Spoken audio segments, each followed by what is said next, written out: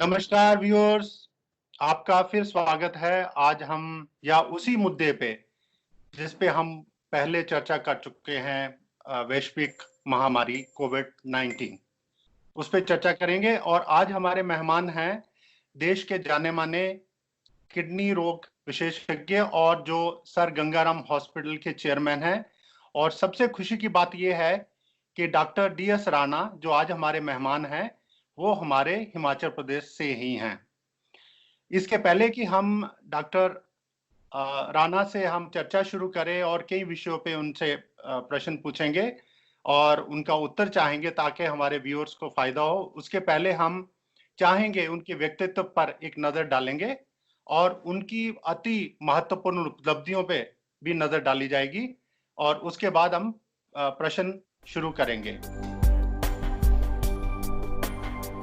Doctor DS Rana देश और दुनिया के जाने माने नेफ्रोलॉजिस्ट हैं। डॉक्टर DS राणा इस वक्त दिल्ली के सर गंगाराम अस्पताल में नेफ्रोलॉजी विभाग के अध्यक्ष हैं। उनका जन्म हिमाचल प्रदेश के हमीरपुर जिले में स्थित दशमल गांव में हुआ। उन्होंने इंदिरा गांधी मेडिकल कॉलेज शिमला से चिकित्सा में स्नातक की उपाधि प्राप्त की और post graduation institute of medical education clinical nephrology में चंडीगढ़ से किया। डॉक्टर राणा एक अंतर्राष्ट्रीय विद्वान हैं और वर्तमान में सर गंगाराम अस्पताल के बोर्ड ऑफ डायरेक्टर के सदस्य हैं। देश और दुनिया में ख्याति प्राप्त करने के बाद भी डॉक्टर राणा अपनी जमीन को नहीं भूले हैं। हमीरपुर जिले में स्थित अपने पैतृक गांव में Parvati education and health society के नाम से एक संस्था चलाकर 5 बेड का अस्पताल संचालित करवाते हैं। अपने क्षेत्र में बेहतरीन काम करने के लिए भारत सरकार ने 2009 में डॉक्टर DS राणा को देश के चौथे सर्वोच्च सम्मान पद्मश्री से सम्मानित किया। नमस्कार डॉक्टर साहब। नमस्कार। डॉक्टर साहब, जो अत्यंत महत्वपूर्ण विषय इस समय है वो है कोविड-19 वैश्विक महामारी। और आज की स्थिति अगर हम देखें, लॉकडाउन 4 की तरफ बढ़ रहे हैं, 40। और जो फिगर्स हमें आज आ रही हैं उनसे कुछ डर भी लग रहा है। ऐसा कुछ कहा गया है कुछ रिपोर्ट्स के मुताबिक कि हम चाइना के बराबर उन फिगर्स के हिसाब से पहुंच रहे हैं। क्या जो हमारे 3 लॉकडाउन हुए हैं उनके क्या अचीवमेंट्स रही हैं अब तक, क्या उपलब्धियां रही हैं, हमने कितना काबू पाया है कोरोना महामारी के ऊपर, या आगे हमारे क्या टारगेट्स हो सकते हैं? अभी तक तो जो लॉकडाउन था वो कंप्लीट लॉकडाउन के ऑब्जेक्टिव से मेन ऑब्जेक्टिव्स कि हमने हेल्थ इंफ्रास्ट्रक्चर जो हमारी थी उसको तैयार करना था कोरोना वायरस से फाइट करने के लिए। और मैं समझता हूँ कि देश ने काफी हद तक सरकार ने अब सरकारी अस्पताल प्राइवेट अस्पताल इक्विप हो गए हैं जो इसको फाइट कर सकते हैं। और दूसरा ऑब्जेक्टिव था कि इसके लिए सरकार को PPE जो पर्सनल प्रोटेक्शन इक्विपमेंट होता है उसके बारे में, मास्क हैं जैसे गाउन्स हैं या जो भी बाकी अन्य चीजें हैं उसमें, वो सारी मैन्युफैक्चर इंडिया में होती थी। तो लगभग 1.5 महीने पहले हम सिर्फ निर्भर थे बाहर के देशों पर, हमारे अपनी बड़ी प्रोडक्शन कम थी। जैसे आपके N95 है वो सारे अमेरिका से आ रहे थे और अमेरिका में अपने आप भी इनएडिक्वेट हो रही थी सप्लाई, हमारी सप्लाई चेन भी उधर से कम हो रही थी। और लोगों ने यहाँ जिन लोगों के पास कुछ थे वो शुरू में जब लॉकडाउन हुआ तो उन्होंने ब्लैक करना शुरू कर दिए, जो बड़ी गलत चीज थी। तो अच्छी बात यह है जो प्रधानमंत्री ने 2-3 दिन पहले बोला था कि हम अब सेकंड लार्जेस्ट कंट्री है वर्ल्ड में और 2 लाख लगभग N95 इंडिया में बनते हैं जी। अब ये बहुत अच्छी बात है। इसका मतलब हम उसके तैयार हैं, कुछ वेंटिलेटर भी तैयार कर लिए लोगों ने इमरजेंसी में, कुछ अपने किट भी मिला लिए, हम अपनी वैक्सीनेशन की तरफ भी ज्यादा बढ़ रहे हैं। तो ये तो थी तैयारियां फाइट करने कोविड को शील्ड करने के लिए अभी। और दूसरा था कि जनता को तैयार करना है, कि जनता में एक जागरूकता पैदा करनी है, कि जनता को पता लगे कि बीमारी क्या है और इसको कंटेनमेंट, इसको रोका कैसे जा सकता है। और उसके रोक के बारे में मीडिया ने बड़ा रोल प्ले किया और लॉकडाउन ने सेंसिटाइज किया। नहीं, हमें भी कोई महामारी है जैसे आपने कहा, इससे बचना बहुत जरूरी है। तो लोगों ने सीखा कि मास्क पहनना जरूरी है, बिकॉज इसका जो रूट है वायरस का वो मुंह और नाक से है। नंबर 2, अपने बार बार हाथ धो, बिकॉज वायरस की जो ड्रॉपलेट के थ्रू फैलता है वो ड्रॉपलेट सरफेस पे पड़ते हैं। जब हम हाथ लगाएंगे और उन्हीं हाथों को इसको मुंह में लगाएंगे, नाक में लगाएंगे, आंखों में लगाएंगे, तो वो स्प्रेड हो सकता है। इसलिए जब भी आप इस सरफेस को टच करते हैं, जब आपको बड़ा जरूरी बढ़ जाता है कि मुंह हाथ में हाथ लगाना है, तो हाथ धोने हैं और 20 सेकंड तक 30 सेकंड तक हाथ साबुन से धो लेते हैं, आम साबुन से धो लेते हैं अच्छी तरह, तो वो ऑलमोस्ट वायरस से फ्री हो जाते हैं। और तीसरा ये है कि इस वायरस से जब भी खांसी करते हैं तो लगभग 3-4 फुट तक या मैक्सिमम 6 फुट तक जा सकते हैं ड्रॉपलेट। इसलिए वो सोशल डिस्टेंसिंग थी, एक फिजिकल डिस्टेंस करना जरूरी था। तो इन तीनों जो 3-4 मेजर हैं, इनके बारे में काफी जागरूकता हो गई है। अभी तक तो लोग सारे घरों में रह रहे हैं, और जब घरों में रह रहे हैं तो वायरस के बारे में जो लोग वायरस से पीड़ित है वो बाहर हैं। और जब अब चौथी फेज आएगी, होपफुली मेरे ख्याल में ये एक्सटेंशन नहीं होगी लॉकडाउन की, ये रिलैक्सेशन फेज होगी, आई होप सो।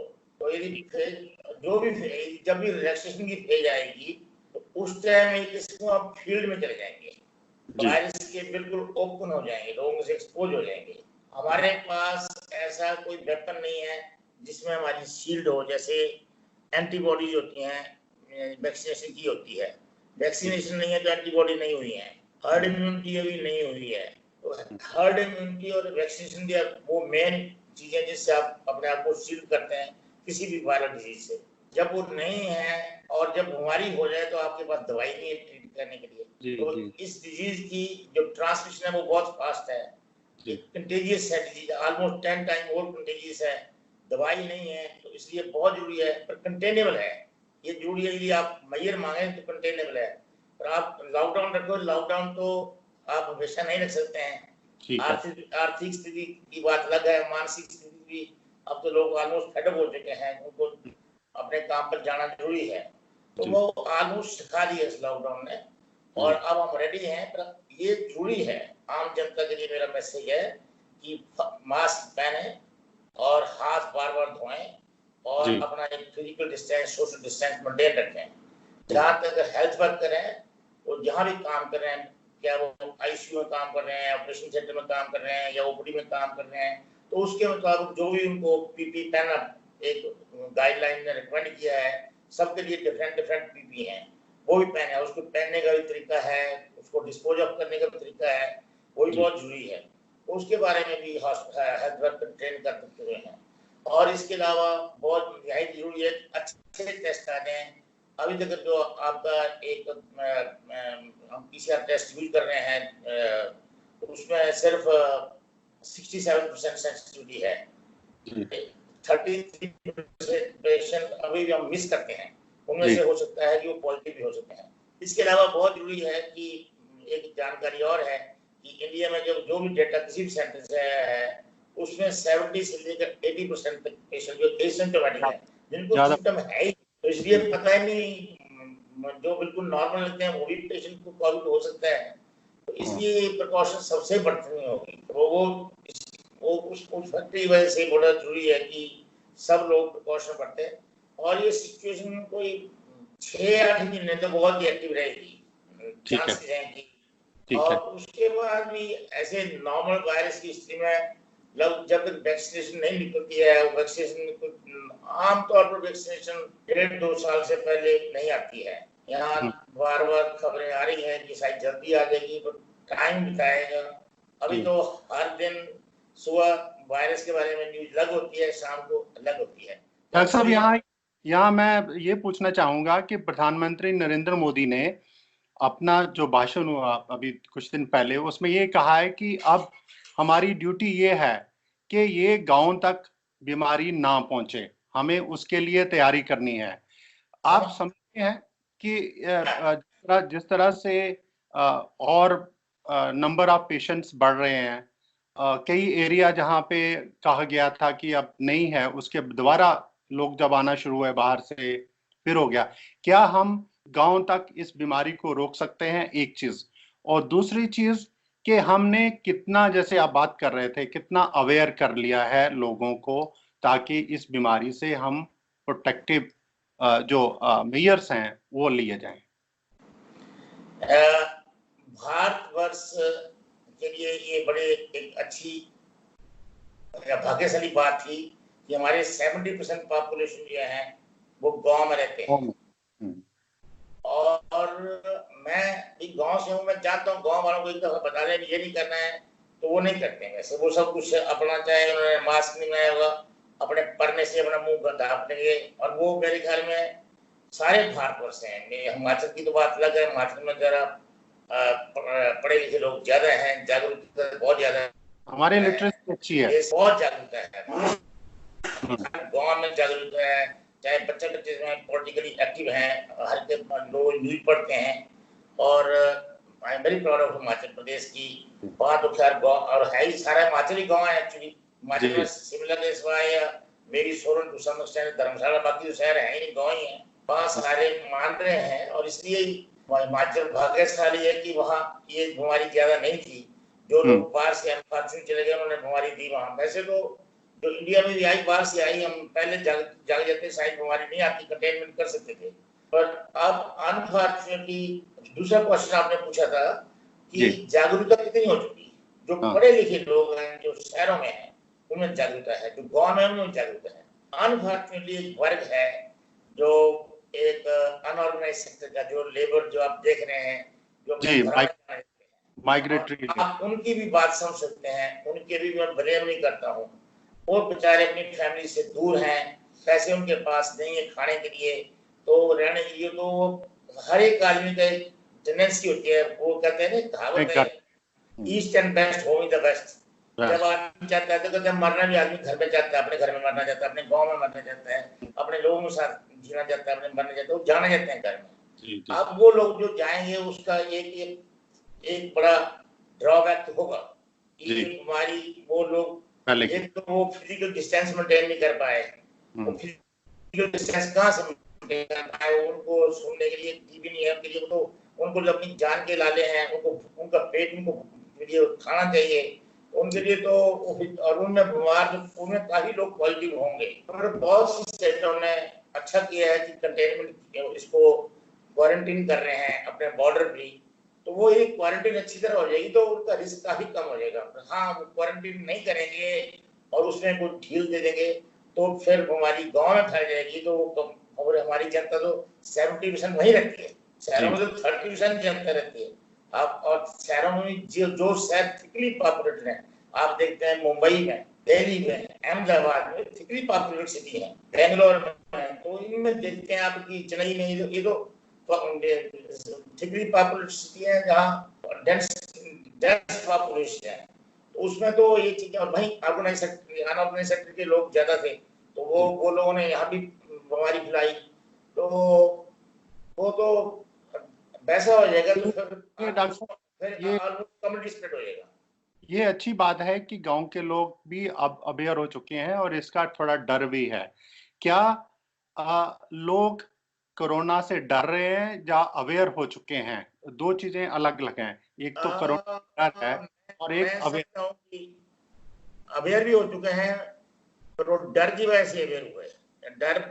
डर जो लगता है अभी कई लोग पर्सनली लगता है कि हमने जरूरत से ज्यादा डर पैदा कर दिया, मुझे लगता है, पर शायद इसी डर की वजह से वो अवेयरनेस हुई है।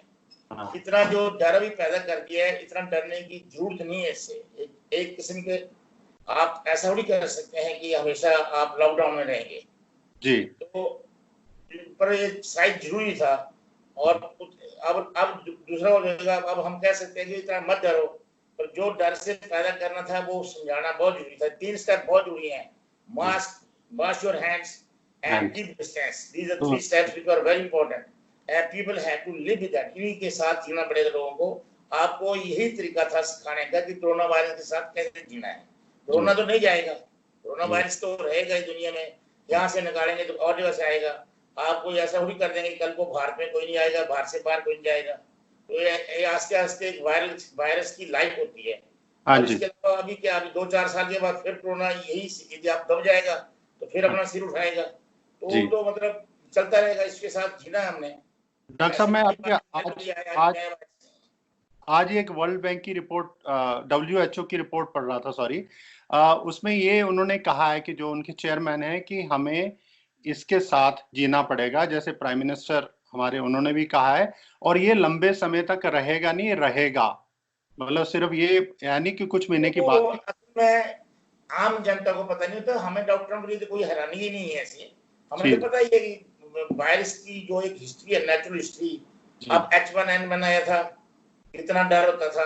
हम्म, डेंगू आया था तो कितना डर होता था, लोग फटाफट डेंगू पॉजिटिव हुआ फटाफट हॉस्पिटल भागते थे। यही अब कोविड के लिए हो रहा है, जी सारे फटाफट हॉस्पिटल भागते हैं, जबकि बहुत से लोगों को हॉस्पिटलाइजेशन की जरूरत नहीं है, जी। अननेसेसरी हॉस्पिटल में भर्ती हो रहे हैं, वहां हाँ बस खाना खाते हैं, 12-14 दिन काट के घर चले जाते हैं। जी तो उसमें मेजोरिटी तो सारे ठीक ही हो जाते हैं। जी और जी। हमारे पास है अभी तक, हमारा तो कोविड पॉजिटिव हॉस्पिटल है, हाँ उसमें अभी तक लगभग 72 पेशेंट दाखिल हुए, हाँ।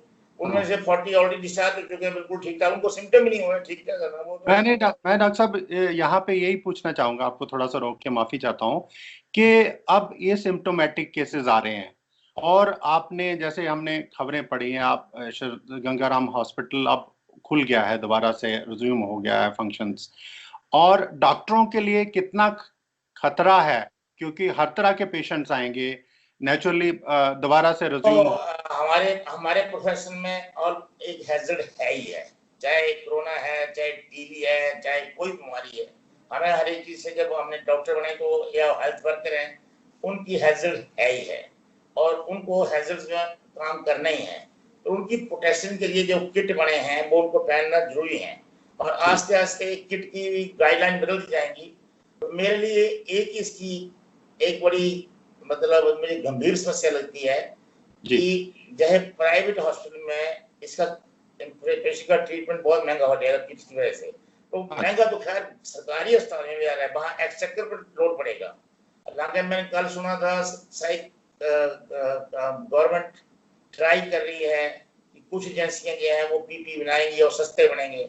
जी कितने सस्ते बनेंगे वो मेरे ख्याल में ज्यादा सस्ते बन सकते हैं, और जब तक गवर्नमेंट इनको हाईली सब्सिडाइज रेट में दें तभी, अदरवाइज तो कॉस्ट बढ़ती जा रही है। इस टाइम जो हमारे हॉस्पिटल में भी जो कोविड हॉस्पिटल जो डेजिग्नेटेड ब्रांच है हमारा, एक डिफरेंट 2 हॉस्पिटल हमारे कोविड पॉजिटिव हैं, उनमें जी जो हम पेशेंट भर्ती करते हैं तो उसमें मेजर बिल तो बिल जो है वो पेशेंट को कोविड जो पीटी का देना पड़ता है, बाकी जी। तो दवाई होती नहीं है।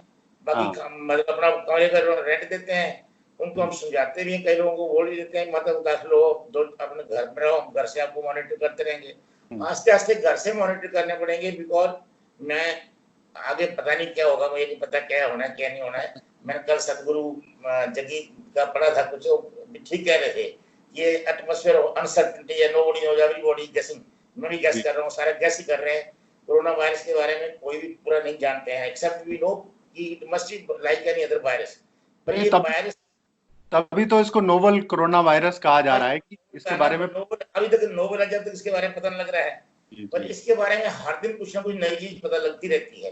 तो इसका क्या होना है, लॉकडाउन 4 में ये बढ़ेगा कि नहीं, अभी तक मैं कह सकता हूँ कि जैसे एक्सपेक्ट करता हूँ साइंटिफिकली, जब हम जाएंगे और एक दूसरे से मैं जब पेशेंट देखता हूँ, मैं कल से परसों से पेशेंट देख रहा हूँ, तो मैं डिस्टेंस मेंटेन नहीं कर सकता हूँ। जब मैं ब्लड प्रेशर लेता हूँ तो मेरा डिस्टेंस 1 ही फुट रह जाता है, तो उस वक्त मुझे प्रोटेक्ट करना है ना, मैंने आंखें देखनी तो डिस्टेंस 1 ही रह जाता है। तो वो ऐसे प्रोटेक्शन है, वो प्रोटेक्शन में ये डॉक्टर नहीं लेंगे तो इन्फेक्टेड होंगे, तो इन्फेक्शन बढ़ेगा ही। हमारे अभी कई हेल्थ वर्कर हमें क्वारंटाइन करने पड़े, तो फिर भी अभी हमारे कोई लगभग 15-16 हेल्थ वर्कर जो हैं वो पॉजिटिव हो चुके हैं, तो वो सारे घर भी जा चुके हैं। वो मतलब अभी तक कोई किसी को मॉर्बिडिटी नहीं है। ये तो बहुत अच्छी बात है कि इंडिया में चाहे नंबर बढ़ गया है, इंक्रीज हो रहा है, लेकिन मोर्टेलिटी हमारी बाकी मुल्कों के वो तो जो नंबर बढ़ेगा जब टेस्ट ज्यादा हो रहे हैं,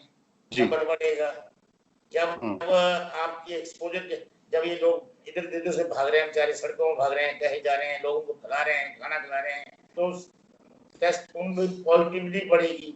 तो हमारी इस वक्त क्लस्टर जो है ना, क्लस्टर पॉजिटिविटी ज्यादा है।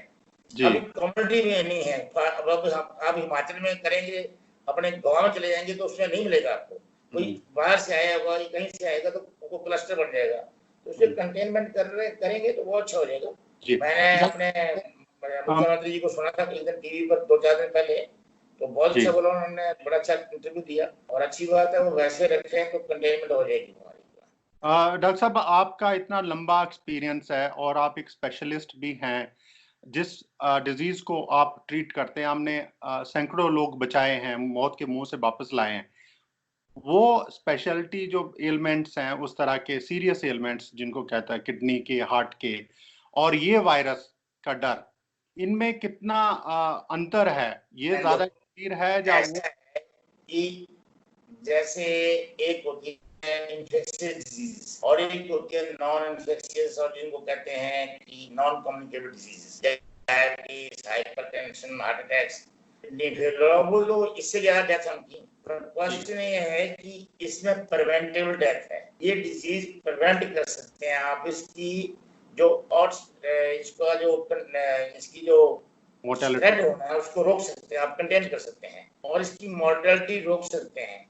तो इसलिए ये एफर्ट करना जरूरी है। अदरवाइज अननेसेसरी जिन लाइफ को बचा सकते हैं आप, वो बचा नहीं पाएंगे। अदरवाइज तो इससे बहुत ज्यादा आप उसको कंपेयर करेंगे तो कैंसर से, हार्ट डिजीज से, किडनी फेलियर से लाखों लोग मर रहे हैं, लेकिन कोई प्रॉब्लम पता नहीं। डॉक्टर साहब, this is not comparable. Even malaria से आज की डेट में लोग मरते हैं।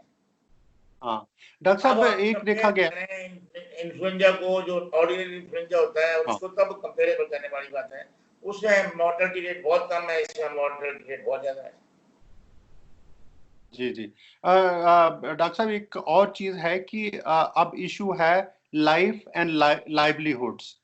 तो हमें लाइफ भी बचानी है और लाइवलीहुड्स भी देखना है। तो हाँ, जिस तरह से अभी गवर्नमेंट ने कुछ इकोनॉमिक रिलीफ्स भी अनाउंस किए, कुछ स्टेप्स किए हैं, क्या दोनों चीजें एक साथ चल सकती हैं? जब हम 4.0 में एंटर करेंगे, लाइफ भी बचानी है और लाइवलीहुड की एक्टिविटी भी शुरू करनी है, इकोनॉमिक एक्टिविटी जिसको देखा जा रहा है, क्या दोनों साथ साथ चल सकते हैं इस बीमारी से बच के? नहीं, आपके पास चारा ही को नहीं, दोनों चलानी है इकट्ठी, नो ऑप्शन। आपको मतलब आप ऐसा नहीं कर सकते हैं कि आप कंटेनमेंट में बिजी रहेंगे, आपको लाइवलीहुड लिंकवाएंगे तो आप भूख से मर जाएंगे। मतलब जिनके पास पैसे भी होंगे, जिनके पास आदम में पैसे नहीं, वो आदम दूसरों को मार देंगे। तो आपको तो दोनों चीजें देखनी है। अब तो आपके पास ऑप्शन कोई नहीं है। आप तो लॉकडाउन थोड़ा बहुत प्रोलॉन्ग होगा किसी किसी जगह में तो लगवाता है, अदरवाइज तो लॉकडाउन रिलैक्स करने की स्टेज आ चुकी है। मतलब थोड़ा डॉक्टर साहब, एक अब ये कोविड पीरियड में हमने एक चीज ऑब्जर्व करी है, जो पेशेंट्स, सीरियस डिजीजेस के पेशेंट्स थे, हार्ट के, किडनी के, बाकी उनमें जो स्टडीज आई हैं, जो रिपोर्ट्स आई हैं मीडिया, उसमें ड्रॉप है। 70% केसेस हॉस्पिटल्स में नहीं आ रहे। क्या ये डर की वजह से नहीं आ रहे, या होम कंटेन्ड है, वो घर में रहना पसंद करेंगे, डॉक्टर से फोन पे कंसल्टेशंस, जैसे मैं आज शाम को आपसे बात कर रहा था, आप कह रहे फोन पे कंसल्टेशंस दे रहे हैं। आज 15 वर्चुअल कंसल्टेशन थी, तो इसके अलावा 15 पेशेंट वहां देखे जाकर। पर ऐसा है कि वो बात सही है कि इवन जो कार्डियक केयर यूनिट्स हैं वो खाली पड़ी हैं, उनमें हार्डली 25% 30% भी अटेंडेंस नहीं है। वो पेशेंट कहाँ गए? तो जो है हार्ट के पेशेंट होते हैं, मैं आपके हार्ट की बात करते हैं, लोग यही सोच रहे हैं कि हार्ट अटैक कम हो गया। हार्ट अटैक कम थोड़ी हुआ है। एक चेस्ट पेन होती थी, तो every chest pain doesn't mean कि वो एक हार्ट अटैक है। चेस्ट पेन से पेशेंट आते थे, उसे कई और कारण होते हैं, आते थे। तो आप चेस्ट पेन के लिए भी जब फिर लगता है एक क्लिनिकल सस्पिशन करते हैं, डॉक्टर के पास जाते हैं, तो उसकी कोरोनरी एंजियोग्राफी होती है या दूसरे टेस्ट होते हैं। तो वो टेस्ट भी 40-50% में पॉजिटिव आते हैं, 50% तो फिर भी नॉर्मल होते थे। तो इसका 50% नॉर्मल तो वैसे नॉर्मल था, पहले डर के मारे हॉस्पिटल में आते थे, अब आते ही नहीं है। हाँ। जो 40-50% रह गए, जिनकी कोरोनरी एंजियोग्राफी करनी है, जिनको कोरोनरी एंजियोप्लास्टी की जरूरत पड़ती है, या जिनको सडन हार्ट अटैक हो सकते हैं। मैं आपको बताऊं कि जिन पेशेंट को हार्ट अटैक होना है, फर्स्ट हार्ट अटैक, यदि मैसिव हार्ट अटैक हो जाएगा तो 70% डेथ इंस्टेंट होनी है, 100 डॉक्टर काम करें उसको नहीं बचा सकते, नहीं बचा सकते। ठीक है, तो रह जाते हैं 30% पेशेंट। हाँ जी, उनकी जो आप लाइफ प्रोलॉन्ग करते हैं, कोई एंजियोप्लास्टी करते हैं, कोई और कोरोनोग्राफी करते हैं, यार ये prolonging life your number, you are saving immediate death. पर वो भी 4-6 हफ्ते दफा कई दफा ड्रग्स पर मेंटेन हो जाते हैं, हो जाते हैं।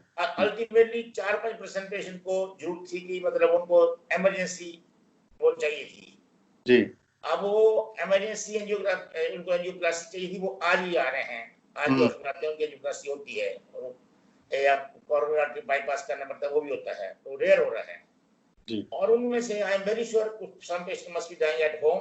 आपको पता नहीं लग सकता है, इसका डेटा तो बाद में आपको पता लगाएंगे तो पता लगेगा। हार्ट के बारे में बता दिया। अब डायलिसिस की बात करो, एक भी डायलिसिस का पेशेंट नहीं बचेगा यदि ये डायलिसिस बंद होने लगता है। हमारी इस वक्त सारी कंट्री में, मतलब मैं भी यहाँ भी कह रहा हूँ, हमारे गंगाना में भी एक डायलिसिस यूनिट है जो कंप्लीट चली है, 100% ऑक्यूपाइड, नॉट 100%, बल्कि हमारे पास बाकी लोगों का प्रेशर है बहुत बाकी हॉस्पिटलों पर। और यहाँ तक कि हमारी जो डायलिसिस यूनिट वहाँ हिमाचल में मेरे गाँव में है, वो भी पूरी भरी है और उसमें रश बहुत है कि नहीं हमें ले लो, हमें ले लो, बाहर से जा रहे हैं लोग, हम ले नहीं पा रहे हैं वहाँ पर। वो पेशेंट को डायलिसिस नहीं करेंगे मर जाएंगे तो कोरोना वो तो जरूरी है, जिनको इमरजेंसी उनको अटेंड करना है। वो जो वैसे पहले खांसी जुकाम के लिए पेशेंट ऐसे रहता है, जो छोटे दौड़े रहते हैं उनको वह खांसी जुकाम क्या होता है, नॉर्मली इन्फ्लुएंजा 6-7 दिन में ठीक हो ही जाना होता है, डॉक्टर के पास जाओ या नहीं जाओ, पर जब अवेलेबिलिटी है तो चले जाते हैं डॉक्टर के पास, लाओ दवाई वो लिख देता है, 2-4 दवाइयां खाओ तो ठीक हो जाता है। डॉक्टर साहब, अभी बरसात का मौसम आने वाला है, उसमें वैसे ही कई सारे और डिजीजेस आती हैं। कोविड को देखते हुए, कोरोना वायरस को देखते हुए जो इसका असर इस समय चल रहा है, और जो आगे बरसात के मौसम में जो बीमारियां आती हैं, उसमें क्या आप जनता को एडवाइस करेंगे, लोगों को, खासकर गांव में रहने वाली पॉपुलेशंस को, कि किस तरह से बचना है दोनों? मतलब बरसात में तो और बीमारियां मच्छरों की और इसकी आती हैं, मच्छर मक्खियों की जो बीमारियां होती हैं, वो काफी बीमारियां आती हैं सब जगह, सारे देश में ही। वो तो सफाई अभियान, इसलिए जो स्वच्छ भारत का अभियान चला है उससे काफी कम हो रही है। पर कोविड के बारे में तो यही प्रिकॉशन रहेगी, अभी ये मान कर चलो कि अगले 6 महीने आप कोविड से, आपको बिल्कुल कोविड के बीच में रहना सीखना है, और उसके बाद ये आपको ये सोचें कि कोविड दुनिया से डिसअपीयर होगा। जो लोगों को इन्फेक्टेड हो गया है उनमें शायद इम्यूनिटी भी हो गई है। नॉर्मल वायरस में, वायरल डिजीज में जो इम्यूनिटी भी होती है वो भी पूरी परमानेंट नहीं होती है, तभी हम कहते हैं कि ये तो पहले की इफेक्ट है, कोई नई जो इफेक्ट बताते हैं कि 60 साल से बाद जो है ज्यादा डेथ होती है, वो तो इन्फ्लुएंजा से भी या दूसरी बीमारियों से भी, H1N1 से वही लोग मरते हैं, और उनकी इम्यूनिटी नहीं होती है। इसलिए हम उनमें हमेशा कहते हैं कि हर साल वही अपनी इन्फ्लुएंजा की वैक्सीन लगाते रहो। मैं ये संदेश देना चाहूंगा कि अभी इसकी भी वैक्सीन निकल जाएगी बाद में, पर जब भी वैक्सीन निकल जाए, एटलीस्ट जो 60+ हैं उनको ये वैक्सीन बड़ी सस्ती आती है और हर साल लगवानी चाहिए, तो उससे काफी प्रोटेक्शन हो जाती है। जी जी जी। और डॉक्टर साहब, आप हिमाचल प्रदेश से हैं, आपको याद आती है हिमाचल प्रदेश की, या किस तरह का? अरे मैं तो हर महीने, हर 3 हफ्ते बाद जाता हूँ हिमाचल में, वहां मैं हर महीने जाता हूँ 3-4 दिन के लिए। नहीं, हमें अब नहीं जा पाया, 2 महीने से मैं मिसिंग वेरी मच। मुझे तो अब बस जैसे लॉकडाउन करेगा तो फिर मैंने स्पेशल परमिशन ली, मैंने सबसे पहले वहाँ वो जाना है। आज मैं तैयारी कर रहा हूँ पूरे वहाँ ऑपरेशन कराने की, तो वहाँ कई कारण आ रहे हैं, कहते हैं कोविड टेस्ट कराना जरूरी है, कोई कहते हैं कहीं कराना है। अभी नहीं, हमें आइडिया है कि आप हिमाचल के गौरव हैं, और हिमाचल के लिए बहुत, अपने खासकर अपने गांव के लिए, अपने उस एरिया के लिए बहुत हेल्प कर रहे हैं। तो और हेल्प करता हूँ, मतलब अभी गांव के लिए स्टार्ट किया मैं तो, मैं जब भी हिमाचल से लोग मेरे पास आते हैं तो मैं कई लोग कहते हैं फलाने का रेफरेंस है, उसका रेफरेंस है, उसका रेफरेंस है, और मैं कह यार इतना कह दो, हिमाचल की तो बात सुनो, कोई सारे पहाड़ी इलाके जितने भी हैं, नेपाल तक सारे मेरे पेशेंट है, नेपाल भूटान सब जगह से। 3 जो चीजें, एक तो पहाड़ी इलाके से लोग हैं, एक फौजी और एक अध्यापक लोग होते हैं, कहीं से हो, इनको मेरे दिल में बड़ा स्पेशल जगह है इनके लिए। ये तो आपकी हम्बलनेस है डॉक्टर साहब, हमें लगी रहा आपकी बातचीत से, और हमें ये भी मालूम है कि आप पब्लिसिटी से बहुत दूर रहते हैं, काम करते रहते हैं। मैं बड़ा, ये तो आपको इसलिए पैसा ने परसों कहा था कि मिलना है, मैंने सोचा कि हाँ। चलो मैं तो अपने पीआर को भी कहता हूँ मुझे अवॉइड करोगे भाई, मैं इसमें जाना है नहीं। डॉक्टर साहब आप कई बार ना ऐसा होता है तो मैं हिमाचल के लिए सोचा कि अच्छा चलो बात करेंगे अपने लोगों से, पर कई बार फिर गलत कोट हो जाता है, कुछ प्रॉब्लम होती है तो मुश्किल होता है। और डॉक्टर साहब जाते जाते अपने काम में बिजी रहते हैं इन चीजों में, चीजों के लिए कुछ लोग होते हैं वही काम करते हैं। बहुत अच्छा सा आपसे बात करते हुए बहुत अच्छा लग रहा है। जाते जाते हम ये पूछना चाहें ये आपसे कि पोस्ट कोविड किस तरह की दुनिया है। आप प्राइम मिनिस्टर ने ये कहा कि मेरे ख्याल में एक्सेप्ट जो आर्थिक जो स्थिति है वो उसको टाइम लगेगा सुधरने में, हमें समझना चाहिए सबको। पर चलो प्रधानमंत्री ने कहा अभी कम से कम जो अनऑर्गेनाइज सेक्टर के लोग हैं उनके लिए अगले 2-3 महीने तक अगर वो देंगे, अभी जो इन्होंने कल परसों से डिक्लेयर कर रही है फाइनेंस मिनिस्ट्री, वो वैसे करेंगे तो उससे कुछ ना कुछ रिवाइवल हो जाएगी 2-3 महीने में, ताकि अपनी रोजी रोटी कमाना शुरू कर देंगे तो अच्छी लोग निकलेंगे जो एटलीस्ट सफाई में पसंद करेंगे, अपने घर की सफाई में रखना पसंद करेंगे। अब सब लोगों को आपने भी मेरा लगता है कि डिश बनाई होनी है 2 महीने में, खाना सीख गए, पकाना सीख गए और अपना घर साफ रखते हैं, अपनी वाइफ की हेल्प करते हैं। नहीं वो तो है, हर एक व्यक्ति अपने घर में बहुत अच्छे से अब बिना मेड से काम कर रहे हैं ना, बिना मेड से काम कर रहे हैं, उससे बाद घर बात किसी को कंप्लेंट नहीं करते हैं, साफ सुथरा रहता है, वातावरण बहुत अच्छा है, तो लोग समझ सकते हैं कि भाई हम कुछ कोशिश करें।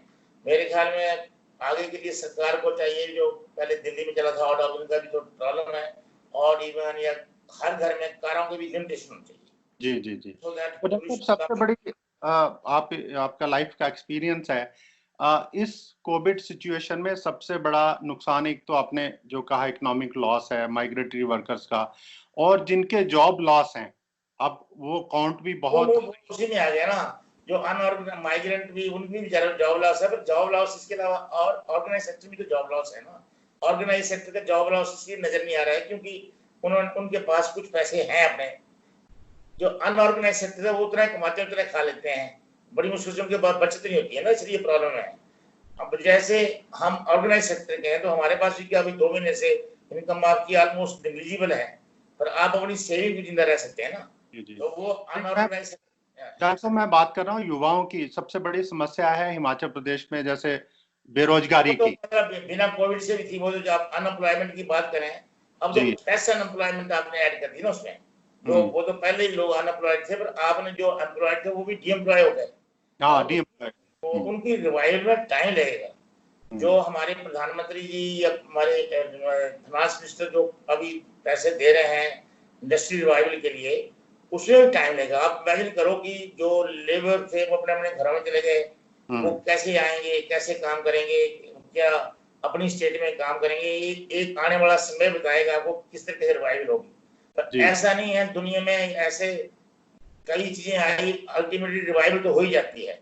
मुझे लगता है अच्छी धरती जो है वो अच्छे रहने के लिए काबिल हो जाएगी, सुंदर बहुत अच्छी बात करिए। धरती माँ जो है सबको कुछ ना कुछ देती है और कुछ ना कुछ उम्मीद। धरती माँ के पास इतना कुछ है सबको देने के लिए, कितना क्राइसिस आ जाए कुछ ना कुछ तरीका निकाल देंगी, भगवान भी कुछ ना कुछ तरीका देगा आपको, तो ऐसा कुछ नहीं होगा कि भूखे मरेंगे लोग या ऐसे कुछ। डॉक्टर साहब जो लोग निराश हो रहे हैं या घबराए, उनको क्या मैसेज देना चाहेंगे कि बिल्कुल भी निराश नाम तो वर्ड ही निराश होने की जरूरत ही नहीं है।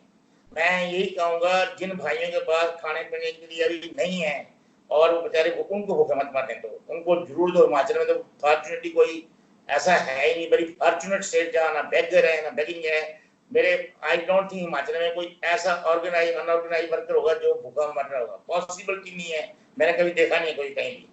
पर जिन स्टेटों में है, जिन लोगों के पास पैसे हैं, वो उन लोगों की मदद करो, बाकी सब कुछ रिवाइवल हो जाएगा, कुछ भी निराश होने की जरूरत नहीं है। सरकार एक है।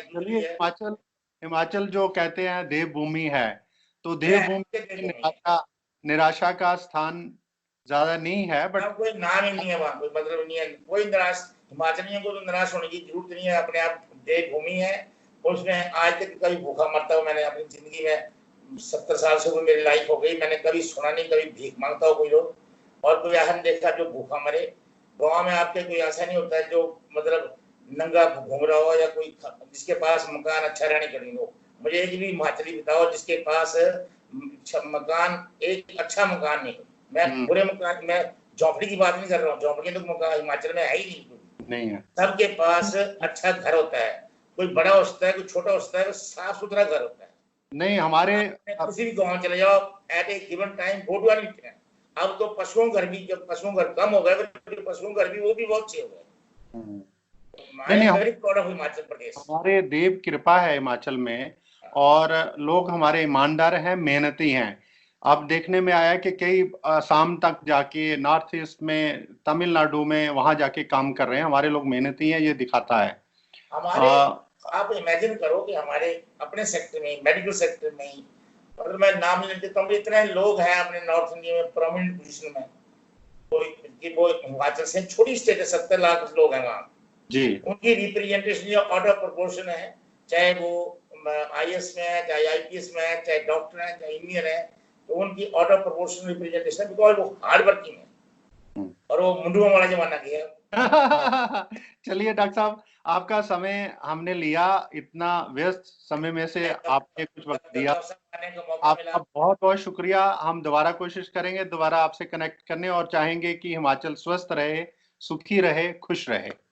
मैं भी यही चाहूंगा कि हमारा प्रदेश, हमारा देश, बल्कि मैं कहूँगा सारा वर्ल्ड, सारा दुनिया जो खुश रहे, सेफ रहे। धन्यवाद, धन्यवाद।